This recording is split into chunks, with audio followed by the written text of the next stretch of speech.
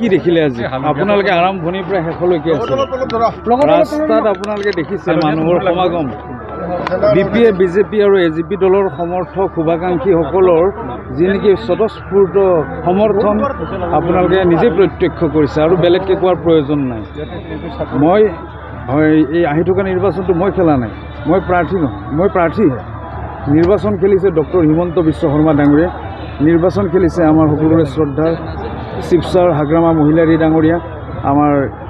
EM sir Ganesh Kachari ডাঙৰীয়া EM sir আমাৰ মহেশ্বৰ বসুমতাৰী ডাঙৰীয়া আমাৰ ভজন দাস ডাঙৰীয়া গতিকে কোনো কাৰণতে আহি থকা নিৰ্বাচনটোত এনডিএ কোনো শক্তিয়ে পৰাস্ত কৰিব নোৱাৰে কঠোৰ কাম কি কৰিব উন্নয়নৰ ক্ষেত্ৰত এতিয়াতে কথাটো ক'লে অলপ বেছি সোনকালে হৈ যাব গতিকে আমি আগতে ৰাইজৰ আশীৰ্বাদত পাৰ কৰিলোঁ এই দেওনাখন তাৰে পিছত আমি সকলোৱে আলোচনা কৰি খুব অভিজ্ঞ ৰাজনৈতিক নেতা দুগৰাকী আছে তিনিগৰাকী আছে আমাৰ মাজত গতিকে আমি সকলোৱেও আলোচনা কৰি পৰিকল্পনা কৰি কোনটো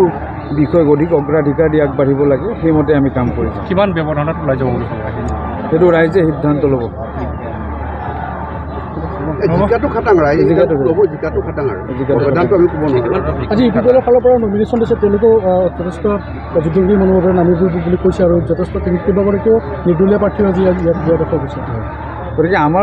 আমি মানে ভাবি থকা নাই কোনে মানে ইয়াত মনোনয়ন দাখিল কৰিছে কোনে কৰা নাই আমাৰ লক্ষ্য হৈছে যে সৰ্বাধিক প্ৰায় 70% টোটেল পলিঙৰ ভোট যাতে আমি এনডিএ ল'ব পাৰোঁ তেনেকুৱা এটা লক্ষ্য লৈ আমি আগবাঢ়িম পৰিৱৰ্তন আৰু উন্নয়নৰ ঢৌৱে এইবাৰ বিজেপি দলক উটুৱাই লৈ নাযায় ৰাইজৰ সমৰ্থন বিজেপিৰ পক্ষলৈ লৈ আনিব ঠিক আছে